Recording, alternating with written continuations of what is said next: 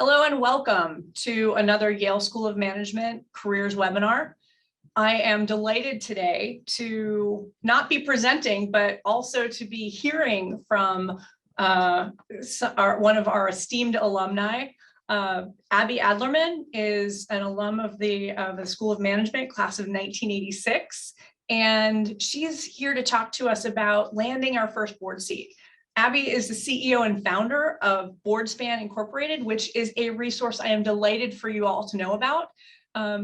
Whether you are an aspiring board member, a board member currently, this is a resource that you want to be aware of. And I'll leave it to Abby to speak about that. Again, whether you're on a board, the technology solutions that she has to share, or the recruitment solutions she has to share, or whether you want to actually learn about what it is like to be on a board. So with that very brief introduction of Abby, I am going to be quiet and let Abby take it away. We will have time for Q&A at the end of the session. So please, as questions come up, pop them into the Q&A and we will address them as time is permitting at the end. So Abby, again, thank you so much for being here. Back to the Yale School of Management today. And take it away. Thank you very much, Cindy and Kayla and everybody at Yale for inviting me. It is always fun to come back to Yale, some of the different groups I get to associate with. And there's nothing I like talking about more than boards. So you've picked my favorite topic. I have to say that class of 86, I am feeling a little old. Cindy told me that old is the new because it does mean we bring a little bit of experience, having been around the boardroom for a while. By way of background, when I left SOM, I became an investment banker. I was on Wall Street for about 15 years. I had been a search consultant with one of the global search firms for about 7 years, and in between I did my first startup. So BoardSpan is my second startup. The best way to describe what BoardSpan is, I like to refer to us as digital solutions for board acceleration with a touch of humanity. In other words, we are transforming how boards can be effective and perform at their peak. And that transformation is something that is frankly a long time coming. Generally speaking, we see boards as requiring two things to be successful. You have to have the right people, which is what we're going to talk about today. And those right people have to have a really thorough, comprehensive access to information. Those are the two really main qualities of what makes for a successful board. So at BoardSpan, we use technology and some well-honed processes to deliver both of those. So that's enough about me and about BoardSpan. We want to really talk about you and getting on a board. So the first place to start, I think, is really important, which is why be on a board anyway? What are the drivers? And I think it's really important for anybody who's interested in getting on a board to really dig a little deep on that question. There's a lot of things that will, in a moment of honesty, maybe jump out like, it's prestigious, I can make some money, I'm just retired and I'm bored. And those are probably some pretty honest reasons, but not the ones that are going to sell the most when you're talking to somebody else about putting you on their board. And my guess is, knowing the culture of people that are Yaleys, that there's probably more to it than that for most of you. A lot of us want to find ways to keep learning and keep growing, and being on a board is an excellent venue for that. And also the immense pleasure that many people get out of sharing what they've learned, what we call the multiplier effect, and sort of paying it forward to the next group of people that are building businesses or supporting nonprofits or doing good in the world. So helping others succeed. And then finally, just continuing to expand your network. That goes back to a little bit of sort of staying current and learning. And the reason I'm pointing out this, important consideration of why do you want to be on a board is because it's really important to align your motivations with the organization you're talking to. That alignment is one of the most critical factors in board success. So it's why I'm underscoring it.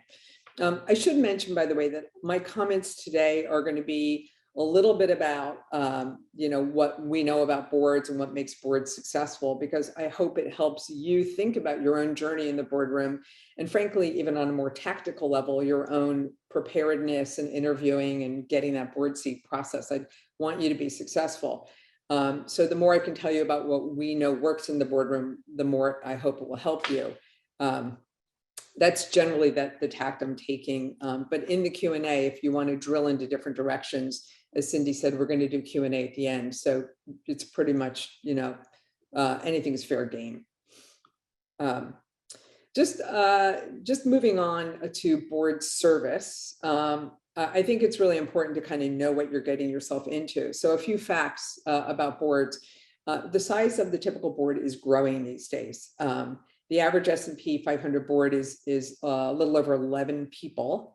And the reason that they're growing is because the work of the board is getting harder and harder. Looking at all the different issues that boards have to address, the different constituencies, even the way boards are structured with committees. And I'll put a pin in that and come back to it in a minute.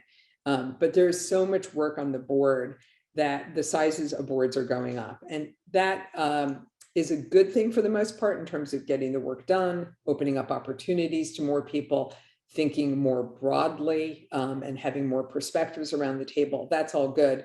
The one downside of bigger boards is it is sometimes harder to build that culture and that community and cohesiveness. And so that's the trade-off, if you will. But I think as people lean into that and boards as a group lean into that, they can solve for that and still get some of the benefits of a larger board. When you think about your interest in board service, most people are likely to start with a private nonprofit or a small public board. And so don't feel like, in any of those different types of schemes that's a bad place to start. It's a great place to cut your teeth, get some experience, build your network. You probably know this, but just to put a few facts out there, the typical board formally meets 4 to 5 times a year. Quarterly schedule is quite common, maybe one other meeting for strategy. But the responsibilities that you have as a board member are all year long. They're much more frequent. So it's not uncommon, even if you're only meeting 4 or 5 times a year, to be on call or asked to do committee work all year long. So think about your access, your timing, and the type of commitment you want to make, and ask questions about how often the board meets informally versus formally. Board committees are where a lot of the work gets done. So another area where you want to think about board service. Ultimately, if you're on an audit committee, a compensation committee, et cetera, that's where a lot of the heavy lifting, the analysis, the recommendations to the full board get done. And that's what can be very demanding in between that regular formal meeting schedule. And then I just want to point out and underscore a comment I made earlier about constituencies. This is really what is driving the heavy lift on boards these days. We've all had much broader constituencies. It used to be shareholder primacy. And if you followed some of the changes in the sort of thinking about that, the definition of who boards are responsible to beyond shareholders, and certainly in the case of a nonprofit, the constituents and beneficiaries of that organization, employees, whether you're public or private or nonprofit, and even business partners. So regulators will have to be considered, et cetera. So for all of these reasons, it is a hard job getting harder. Now, I'm not saying this to scare people or to overwhelm people. I just want everybody to go in with their eyes wide open. So as you explore what boards might be of highest interest, where you can make your greatest contribution and sort of make your case when you're interviewing for a board, you've got all of this thinking into that conversation that you're having. Readiness, or am I ready for a board? What does it take to be ready for a board? Those are questions that come up all the time. And I want to start off by saying, I don't know that there is any such thing as 100% board ready. I mean, let's face it, who was ready for the pandemic that sat on a board? Who was ready for the current invasion of Ukraine and having to deal with all of the issues that people have to deal with Russia right now? I don't know that there's such a thing as really 100% ready. However, there is definitely some fundamentals when you think about getting on a board and being able to respond, whether it's to a crisis or to hopefully a lot more long-term thoughtful planning. And that readiness entails a few things. One of them is understand how board works, the relationship that boards have with the management teams. That can vary as to how hands-on or hands-off, but it's important to understand what that organization is expecting, what they want, and whether they're trying to move that relationship at all. Second of all, I would say recognize those constituents. I know I'm sort of hammering on this issue a lot, but it could be a very broad group. For example, in a healthcare organization, it can include not just the direct constituents, whether they're shareholders or employees that I already mentioned, but health systems that you partner with, the clinical environment, providers, payers, patients. The constituencies are getting much broader. And so just thinking about that is really important. Third, I would say maybe this is most important is understanding the whole purpose of governance in your board readiness. Bylaws and charters, frankly, it can be a little dry, but they are still worth knowing and understanding their purpose and sort of the rules and guidelines they set. Understand the expectations that the organization would have on you as a board member, and frankly, the expectations of yourself and what kind of board member you want to be. And the final comment I'll make about a board readiness is I cannot underscore enough the importance of being really prepared. Show up, be fully engaged, be fully committed.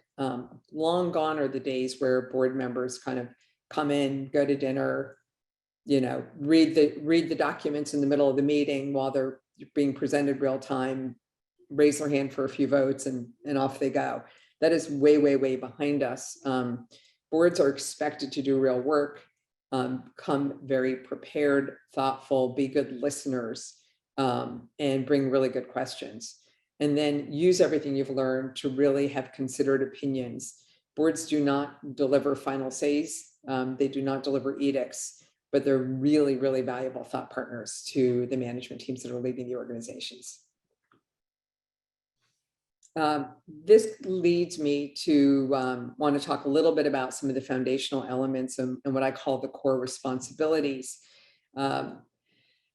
Most importantly, when we help boards with their assessments and we have helped boards think about their performance level, we talk a lot about the level of dedication that the board is bringing to their work and the engagement. And I've just spent a few minutes talking a little bit about that. We also talk about the role of oversight that a board has to bring. Yes, they partner with management, they guide management. There is, however, an expectation of full independence and also providing that oversight, looking out for the interests of the constituents that are not there in the day-to-day. And that's really important. There's obviously a fiduciary responsibility with board work and a core responsibility to make sure that the leadership team of the organization are getting a proper and thorough review. That is a kind of an interesting characteristic these days of how many boards are realizing that they haven't delivered that full, thoughtful, constructive review, at least to their CEO, setting the tone for their CEO or executive director to do the same for their team as well. And then the last core responsibility I want to underscore is management succession planning. No matter how well things are going, it is really incumbent upon the board to make sure they're thinking about the future of the organization, the what if scenarios, or just the normal natural growth and succession planning. So those are the 6 core responsibilities: dedication, engagement, oversight, fiduciary, leadership review, and succession planning. However, high-performing boards also take on strategy, culture, and information thoroughness. And rather than get into a whole bunch of detail about those 3, as Cindy mentioned, we have a ton of resources about this on the BoardSpan website. Our library, which is open to the public for free, is probably the most comprehensive compendium of governance and board information with hundreds and hundreds of contributors. So I encourage you to go there to explore a little bit. And in particular, there's a document called the governance curve, which I'd love for you to read and frankly, give me your feedback on. It is a framework for board success that outlines all of these different responsibilities and sort of what is a board's path to success. So that's going to help you really understand these foundational elements and frankly, help you prepare for interviews and for your own thought process about boards. I will remind people that committee work, I mentioned it earlier, is really, really, really important part of board service. As you probably know, the standard committees have been audited. Increasingly, they're taking on risk. If an organization doesn't have a separate risk committee, it's most likely to sit within the audit function. The compensation committee that oversees fair pay and equitable treatment, et cetera, increasingly transforming into being a human capital management, thinking about broader issues besides compensation that affect employees and sort of the success of the team. The third standing committee is the Nom and Gov Committee, where we at BoardSpan spend a ton of time talking to clients. That's now starting to pick up ESG responsibility if it doesn't have a home elsewhere on the board. And then the fourth committee that some organizations have is strategy, whereas frankly, a lot of them will push strategy to being the responsibility of the whole board. But we are seeing some organizations, because they want to really lean into it, creating a separate committee ad hoc or standing around strategy. So a few comments there. I do, however, want to move on to one of the most important topics that we're all talking about these days, which is diversity in the boardroom. You know, a lot of progress has been made. That makes us happy to see some of the improvements in diversity, although candidly, there's still a lot of work to be done. If you want a few statistics, you know, the Russell 3000 now reports 27% of the board members are women, halfway to what reflects reality in the world. 17% of the Russell 3000 are underrepresented minorities, so still a ton of work to be done there. But nonetheless, those statistics are way higher than they were a few years ago.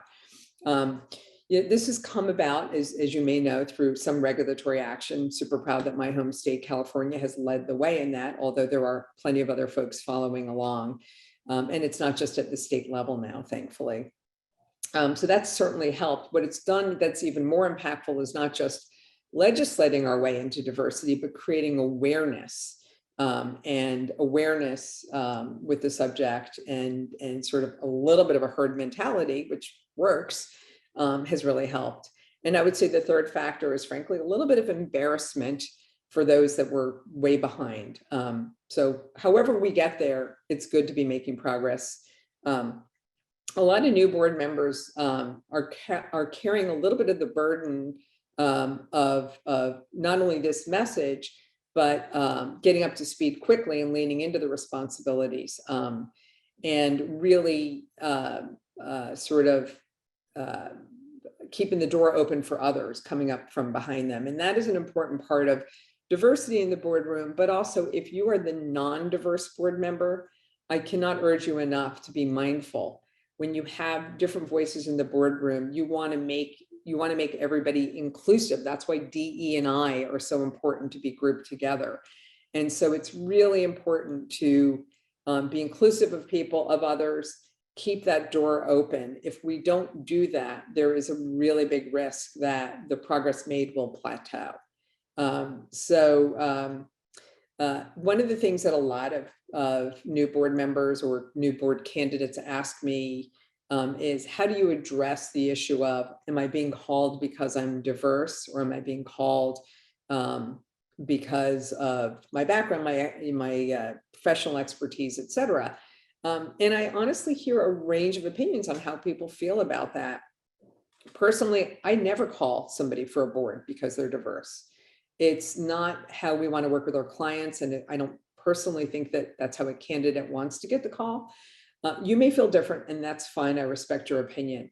When we hear from a client that says, hey, BoardSpan, we need to address our diversity or lack of diversity in our board, we say, right on, super, super happy you're aware about that.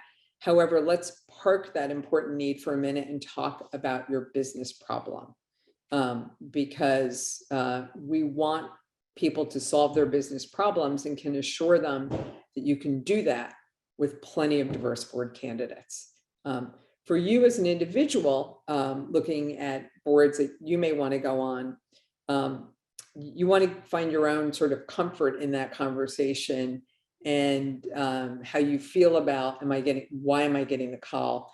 But honestly, if you're not getting the call for the business contributions you bring, you want to find a way to raise that subject and understand where you can add the most value to that board. It can be a really delicate conversation. And if anybody wants to talk about this one-on-one, please reach out to me, because I do understand, how sensitive it can be for some people, but it's such a critical topic to continue to improve the diversity in boardrooms. Cindy asked me to talk a little bit about working with recruiters. I was at one of the major search firms for many years, and recruiters play an important role in the ecosystem. But I will also tell you, just to remind you, their clients are always the organization, the company, the nonprofit who hires them. Their clients are not candidates. So you have to understand that their role is an intermediary. And as much as you're willing to buy them a cup of coffee or take them out to lunch, they probably have an awful lot of coffees and lunches already booked. So the key thing to know about recruiters is if they reach out to you, being responsive will really help them get some momentum in their process. Being an open communicator is what they're looking for. By the same token, if you're initiating conversation with them, don't be surprised if they're not able to be quite as responsive in return, because again, they're very focused on filling their clients' needs, and odds are they're going to want to just send you to a database, and that's just their business model, and that's okay. If you are engaged in a process, be transparent about your timing, your accessibility, even think a little bit about whether you might have some conflicts in the board they're calling you about. Feel free to ask them as many questions as are on your mind, but be judicious in terms of their time that they're going to have to spend with you, and B, understand that their role is to advise their client. And so while they'll try to give you good advice, you probably don't want to get deep into your concerns or your sensitivities or all the other things you're juggling, because ultimately they have to report back to their client. I have worked with some amazing recruiters, both as colleagues and business partners. And when I've hired recruiters to do work for us, they can be awesome. Some little less responsive, maybe not quite the people that are going to be able to tell your story as well. So be prepared for that. Like all businesses, there's some awesome people and some maybe not so awesome. I wanted to talk briefly about preparing for an interview. Hopefully some of the comments I've made so far will help you think a little bit about what boards or the people interviewing you are going to focus on. But there's a few really tactical things to think about. Typically a spec of some sort is provided when you're interviewing for a board, if not an information deck or both. Look at all those materials, look at who is on the board and their backgrounds. Obviously go to the website of the organization and do a little bit of extra digging. Go ahead and look at their headlines over the last couple of quarters. Look at what stories have been written about them or press releases they've put out on their own, and see if they're internally consistent or there's a couple different angles on the organization. I'm not suggesting you're going out on a witch hunt at all. I'm saying just familiarize yourself with what their key issues are, what, sort of where you think at a high level the board's going to be focused for that organization. If they're a publicly traded company, look at their stock price for the last year or two and put it in the context of all the market volatility we have. And understand at a board what they may be sort of focused on, distracted by, et cetera. I would also take a quick look at their competitors so you know who else is in the market. who might disrupt them, who they might be disrupting. With that list of many things to look at, I should caveat and say, this is not meant to be, 5, 6, 7 hour exercise. I would say 1 to 2 hours of prep for a meeting should be enough. Anything significantly more than that's probably over the top. It's not a final exam, but it is being able to have that thorough conversation and not being caught off guard in your first interview. A couple of hot topics that are getting talked about may or may not come up in your interview, but something you want to think about what the organization is doing about, or you might be asked, how do you feel about some of these issues as a board member? Where might you weigh in? What are those hot topics? ESG, I probably don't need to tell you about it. It's all over. Business disruption. We're seeing recent examples of that with the war overseas, but that has been going on for a long time with cybersecurity and just so many other issues. Business transformation and the need to reinvent yourself or watch your competitors do that. Supply chain, critical issue for so many organizations. And of course, the changing nature of the workforce, the great resignation, and all those other HCM issues. So these are really hot topics in the boardroom these days. Our clients are talking to us about these constantly. I'm not saying reinvent yourself as an expert. I'm saying do be prepared in any 1 or 2 of these areas that could come up and what you want to weigh in about. When you're interviewing, do remember that the person talking to you will want to know you. They'll want to know how you think, how you collaborate, how you process new information and deal with challenges. So bring a few good questions to your interview, but remember, most importantly, as you frame your interests, frame your questions, frame how you can contribute, most important thing to remember is board work is a team sport. And you want to make sure that your understanding of it being a team sport comes through loud and clear. On a final note, I wanted to talk just real quickly about how you can create your own personal board strategy. What can you do to advance your own cause? Well, there's 3 general things to get yourself out there into the board candidate community. One of them is you have to have a decent profile. Odds are high your LinkedIn profile could work, but a lot of people use their LinkedIn profile for other purposes. If you're doing BD, or if you want to have a full list of your whole career moves or something. And the problem with LinkedIn is that it will tell. The good news is it tells your whole career story, but the bad news is that's not always as relevant for a board, particularly if you've changed jobs a lot, et cetera. If you're on a board, it doesn't highlight itself at the top and point out where your board experience is different from your professional experience, et cetera. So use your LinkedIn profile if you feel like it's setting you up for success, but if not, create a separate board profile. And this is not meant to be an ad for BoardSpan because we don't charge for this. We have a free tool, but you can go to BoardSpan and create a true board profile by dropping in your LinkedIn and then shuffling things around. We've kind of recognized the need to help you prioritize what's most important when you're interviewing for a board. So there's a free tool there on the candidate button at boardspan.com. So that's your profile. The second thing is you want to have your elevator pitch down. Whether it's something you throw into an email, whether it's a phone call you take when somebody says, hey, are you interested in a board? Just give me the 3-minute summary, or maybe elevators are faster than that these days. But you want to be able to just give them a couple of sentences about your interests in boards and why you're ready for a board.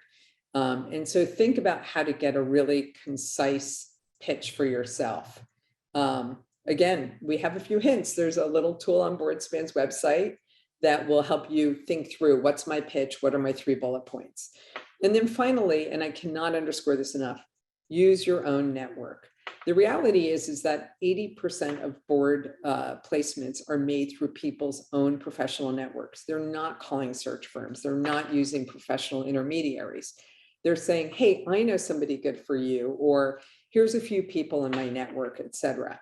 So use your network. Let people in your network know that that you're looking for your first board or your second board, that you've got some interest in this area or that area, or here's where you think you can contribute. And how do you do that? A, think about who might be most influential and have access to the boardroom. And B, think about who actually wants to help you, who has your back and who's willing to go to bat for you. It's the intersection of those two that really give you the most powerful opportunity to leverage your network. And no surprise, we have a tool for that also at BoardSpan. So all three of these tools are available absolutely free. But we created these because we do know there are lots and lots of qualified people out there that are board ready, but just not getting the visibility and getting the opportunity. So we tried to put a little bit of efficiency into helping the community at large. I think on that note, I'm going to turn it back over to Cindy so we can do a little bit of Q&A. I hope these comments were helpful, and happy to dig deeper on anything or take on topics I didn't address. So bring it on. This has been fabulous. This is exactly what I was hoping that you would do for us, Abby. So thank you for this. Some of the big points that I took away at the top, which is a little bit different from maybe how you would present for a regular job interview, right? That important element of collaboration and showing up as that team player. This is not about how smart you are. This is about your ability to assimilate your experience and knowledge with the other really smart people around the table to, kind of help to guide and move these companies forward in a really competitive and disruptive environment. I also loved the reminder that you're not resting on your laurels, right? You're not just bringing what you knew to this and opining at that board table. You're really committing to active learning and engagement. And it's hard work, and you're expected to show up prepared year round with considered, thoughtful opinions. And that last bit about concise pitch, right? Like, you have to know what you want for anyone to be able to make you recommend you into the right board for you. So really understanding how you can contribute. So huge, important takeaways for people who are just beginning to think about board service. There are, as you can imagine, a ton of questions. I have in the chat shared a couple of the resources. I did share a link to the candidate toolkit. I did share a link to the BoardSpan newsletter, which is a great resource for existing board members to keep up to date. And I did also share a link to the BoardSpan library. And again, for those people who are really wanting to get into and understand the work of boards, the library is set up in a way that you can actually search on board supervision or culture or team building or compliance or risk management or cybersecurity or so many other issues. So that's all there as well. And I encourage you to check out the tool. Also remind you that I do have a link for BoardSpan in the career resources on the Yale School of Management alumni career portal. So if you ever, kind of are forgetting, kind of where to find this stuff, the link is there for you to refer to as well. Getting into some of the questions that I've seen. One that came up today was actually, it piggybacked on an article I read yesterday that was put out by Janet Foudy, who's the executive chair of the board for Deloitte US. And the article was, what's all the buzz about the metaverse? And it went in to talk about like all the risks that are associated with that. I mean, there's obviously security and privacy and taxes and ownership and regulation and, ecosystem management and, so many other, kind of different issues there. One of the questions is, are boards starting to have, kind of a tech committee? Is that something you've started to see, Abby? Yeah, so I think it's a great question because that whole topic of metaverse is something that is confounding to people. It's up there with ESG. What does it mean? How is it going to affect us, et cetera? And so specifically on the question of tech committee, like so many of the other boards, it depends. If it's a technology company, no. By dint of the business they're in, all tech companies are going to be thinking about and talking about these issues all the time. However, if it is a potentially healthcare, industrials, perhaps financial services, they might assign it out. And it goes a little bit to the comments I made earlier about a strategy committee, which is how much does the board want, as a group, want to fully embrace and lean into the topic versus how much do they need some leverage and need to ask a few colleagues to please go dig deep and be experts and report back to us. So I think it is very much board specific, with a few trends by industry. So many of these committees, and I know I'm a little bit of a broken record on the importance of the committees, but and by the way, I didn't mention, when we do these assessments, we've done hundreds of assessments for boards through using all of our digital tool set. The beauty of our leadership in this space is that we can benchmark and we can look at all these trends, and we have a bunch of reports about that also, but we can help a board compare where it is to a benchmark group. And the reason I'm mentioning that is that's how we have learned just how important the committees are and how much work gets done in committee, by looking at the trends that boards have shown us in where they're leaning into it. So all the way back to the original question, if you're not able to tackle that issue at the level of depth you need to in the boardroom, you might be forming a committee. If you think it's that important that everybody stay attuned to it, you want to keep it at the full board level. And then the trick is, there's a lot of important issues. How do we end up not having a board with 7, 8, 9 committees, which is a separate issue? Because you start doing that and you spread yourself too thin, and you keep some of those important issues away from the large group. That has its downsides also. Mm-hmm. And so many of these issues are so intertwined that they can't actually be evaluated in silos. Yeah, although there is, I'm glad you mentioned that. There's an increasing level of committee collaboration that we're seeing that is really interesting. And ESG is just a prime example. When you think about the components of ESG, the environmental issue is often going to sit with the people who are thinking about risk, which may or may not be your audit committee. The S for social will typically sit with comp, as I mentioned earlier, is quickly transforming to be a human capital management type of committee. And then the G will probably naturally stay right where it started with Nom and Gov. So that's a great example of cross-committee collaboration as well. Excellent. Thank you for that clarification.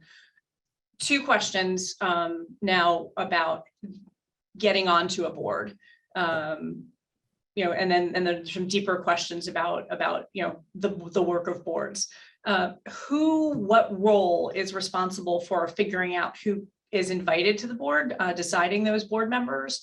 And the second part to that was, a number of people are really curious about companies that for a fee or not will promote you as a board member. So if you could talk about each of those, so people can be thoughtful about their own networking strategies towards finding a way to a board seat.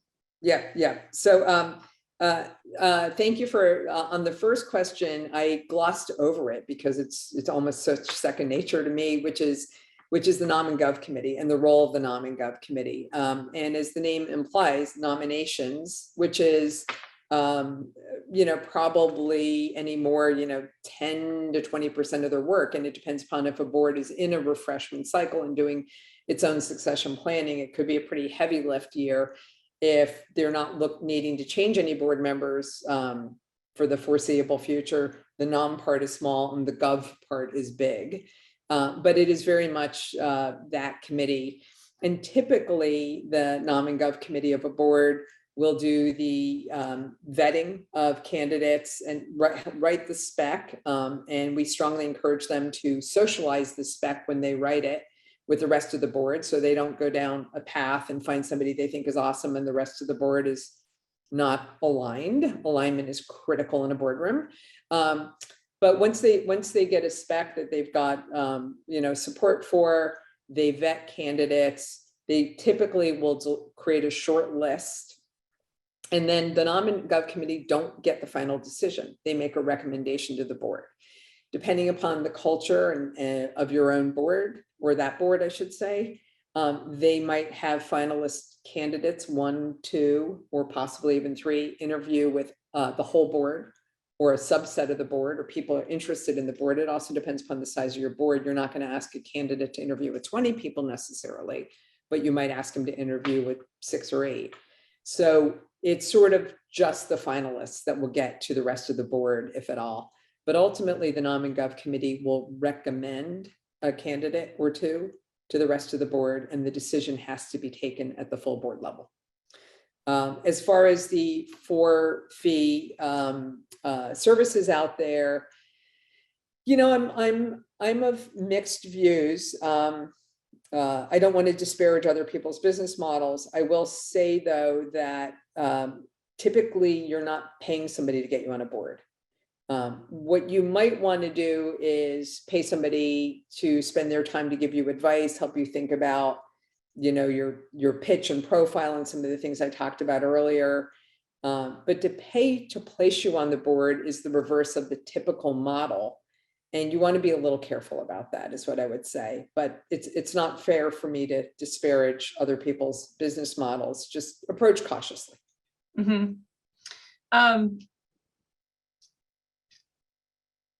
There's so many questions. I'm trying to figure out which is the right one to go to next.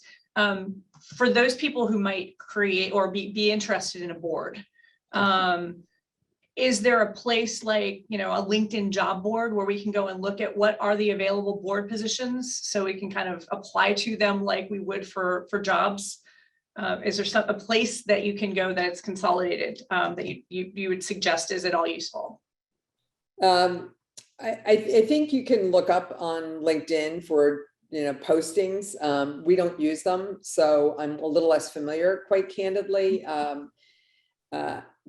And there may be some really good boards on there, and it may work out. And there might be a reason that an organization is using one of those postings, either because of budgetary reasons, and they're not necessarily using an intermediary. As I said, 80% go through networks.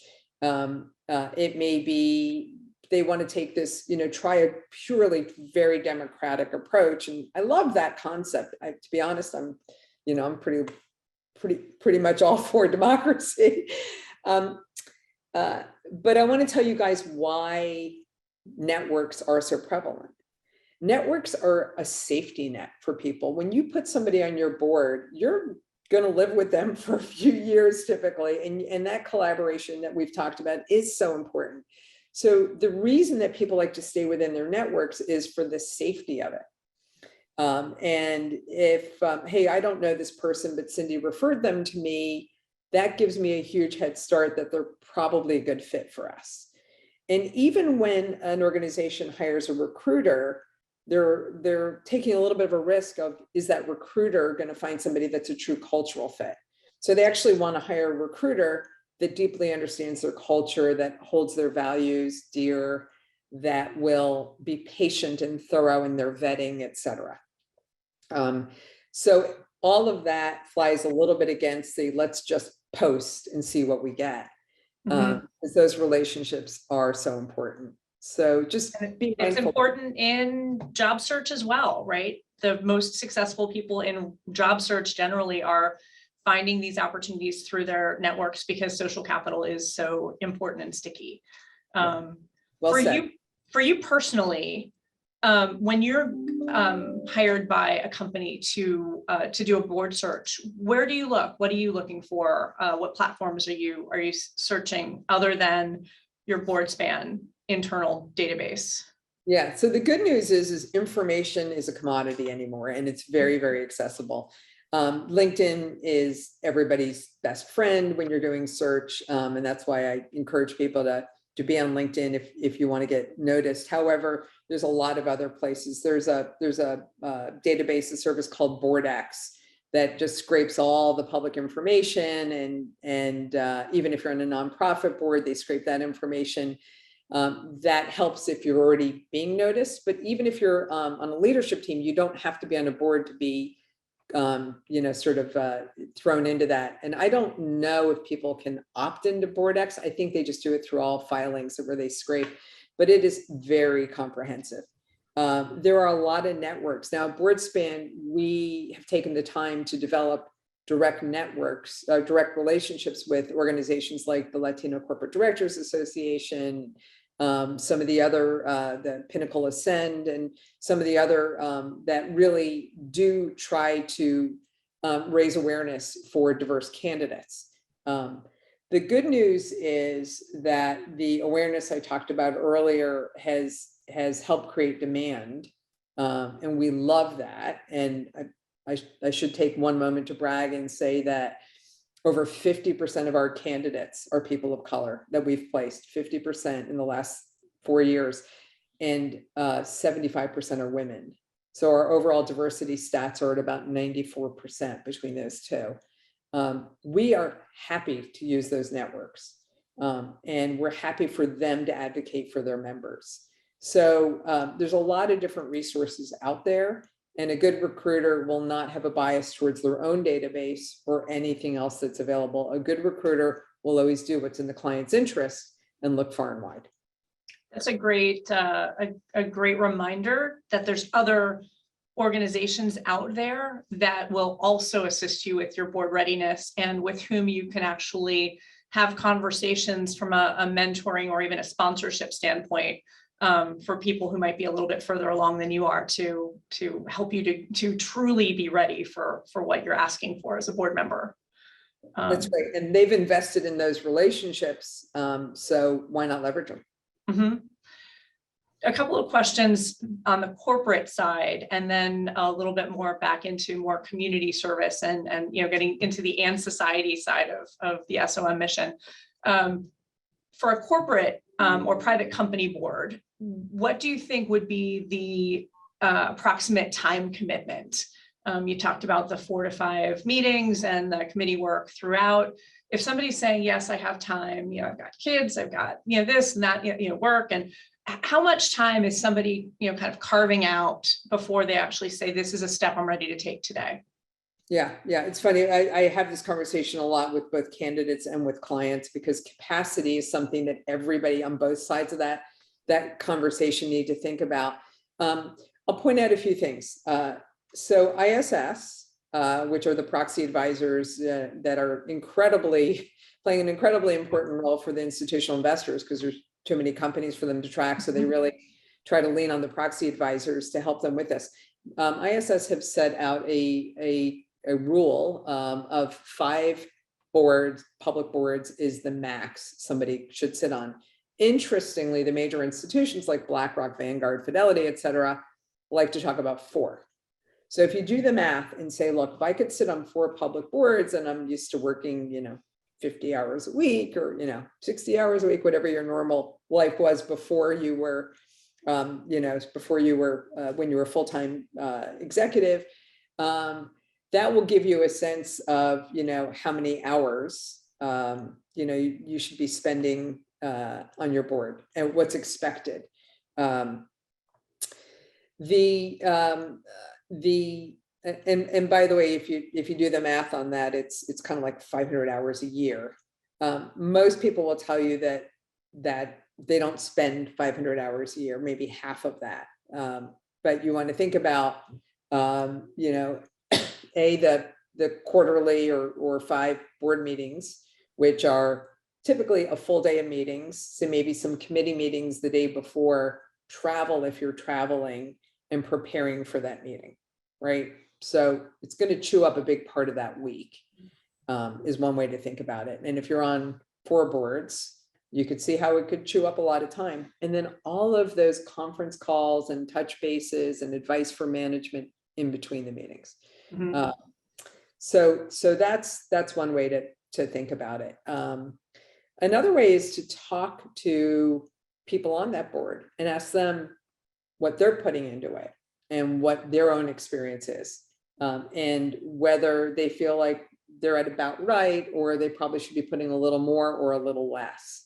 You'll get really honest answers when you frame it that way.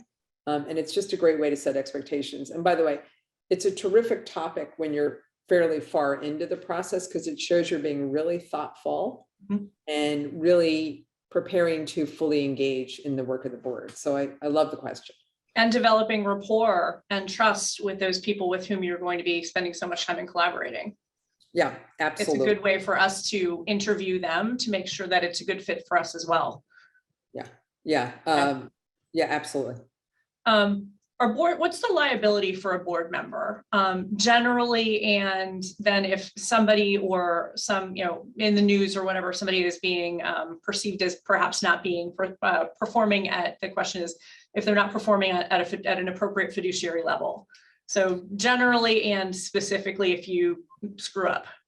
So I'm going to start off with taking that question as what's the liability for board members on a board? And I'm really glad this question came up because I did not make the comment about D&O insurance, directors and officers liability insurance. Please make sure the board you're on has D&O insurance. It's really important because a lot of things can go wrong in an organization, notwithstanding the best of intentions and the best actions and the best processes that a board implements, things can go wrong. And while it's not, I'm not going to say like the first people that get sued are the board, it's not uncommon for the board to be sued or held accountable. And you want to have insurance in place to A, assume that financial risk, and B, frankly, to do the negotiations with who's ever doing the suing for you. So it's really important to have insurance in place, and that will mitigate the responsibility if, the liability, I should say, not the responsibility, but the liability if you've got good insurance in place. That said, there's other kinds of liability like reputational liability that only you can assess. So if you're questioning whether the organization is doing things that you'd be proud to say, I'm on this board and I believe in what we're doing, that's for you to assess those other non-financial liabilities. If you do not believe in the mission of the organization, you shouldn't be on the board. That's one unequivocal statement I can make about that. I think a second part a little bit, is there personal liability for you if you're not getting along or agreeing with the rest of the board and you're, in a different place in the rest of the board? I've never seen a true legal liability of I'm the odd one out here. I disagree with how we're handling it. That's almost always addressed through resignation from the board, or letting a term expire, or a little bit more of a graceful departure. Unless there's like an activist or some other threats looming around the organization, it's extremely rare that board members as individuals get caught in suits with each other and the organization. That's pretty rare. It's an edge case. Good to know. Skills came up as a question. Are there specific skills that you or companies are looking for right now in terms of, the demonstration of board readiness? And another question that came in that's similar, in addition to just general professional excellence in one's career, are there specific roles within a company that one should explore in preparing for being on a board? Yes, so my head's turning because I'm looking back at the list that I had mentioned before. One way to think about it are those committee. I don't want to overemphasize that the work of the board is just done at the committee level. I might be going a little bit too far, but the skills that are often looked for are skills that will help make those committees stronger. So that's one way to think about it. However, those hot topics I mentioned before, ESG, disruption, cybersecurity, risk management, the changing workforce, are all maybe a little bit less skills and more competencies that are really, really valuable at the board level.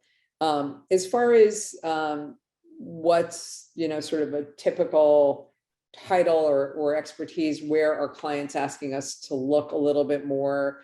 Product. Honestly, 5 years ago, people weren't saying, get me a CPO for my board. And now it comes up a lot because a product officer is probably the person who's closest to disruption, to sort of transformation of a business, to, how digitization is impacting our business, et cetera. They might have built a global team and might have people, and sort of addressing global workforces and that type of stuff. So that's an area where we're getting a lot more interest. Marketing officers, they've always been of interest for boards, but that's coming on a lot stronger. And my prediction that will make a lot of people on this call happy, I hope, is HR officers, CHROs are finally going to have their day in the sun when it comes to boards in the next 5 years. See earlier comment, comp committees are becoming HCM committees. Mm-hmm. And somebody who understands what it means to plan for the future of your employee base and your workforce is going to be immensely valuable as boards think about that critical side of the organization, the people. Excellent, thank you. I'm not sure that we're going to get to all of the questions that came through today. There's a number of them where I read through and I was like, it depends. It depends on whether it's a big board, a little board, how much do you get paid, for example, right? It depends. There are a couple of questions and I want to make sure that we did get into this before we ended. So many people on this call are really interested in the business and society elements. So a lot of community boards, some board members are, nominated or voted in by the community itself, as opposed to these different, kind of other, non-gov structures. What do you have to say to those folks about both, being seen effectively as candidates for those, and then also resources specifically for those community-focused type boards? Thank you. I love that question because it goes to, the heart of why so many of us are associated with SOM. I retained my MPPM because I really do believe in public and private and implied in their nonprofit management. So, and I will tell you, we've got a lot of real-time client case studies where we've done a lot of work in this area. One that I'm super proud of. I'm proud of all of our clients, but I want to talk for a minute about the Olympics. The USOPC, the Olympic and Paralympic Committee, is an umbrella organization for 55 national governing bodies. Those national governing bodies each represent their different sports. Core to those sports, needless to say, are the athletes. There's a lot of other important constituencies in the organizations, the coaches and the refs and the supporters, the parents, et cetera.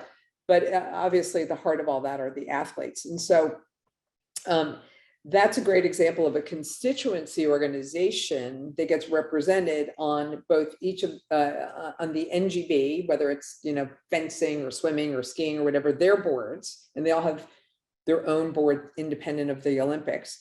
But the USOPC has a very a large and very hard-working, dedicated board that is comprised primarily of these different constituencies. Mm-hmm. 3 people that represent the AAU, which is the athletes organization, 3 people that represent USOPA, which is the former athletes and et cetera.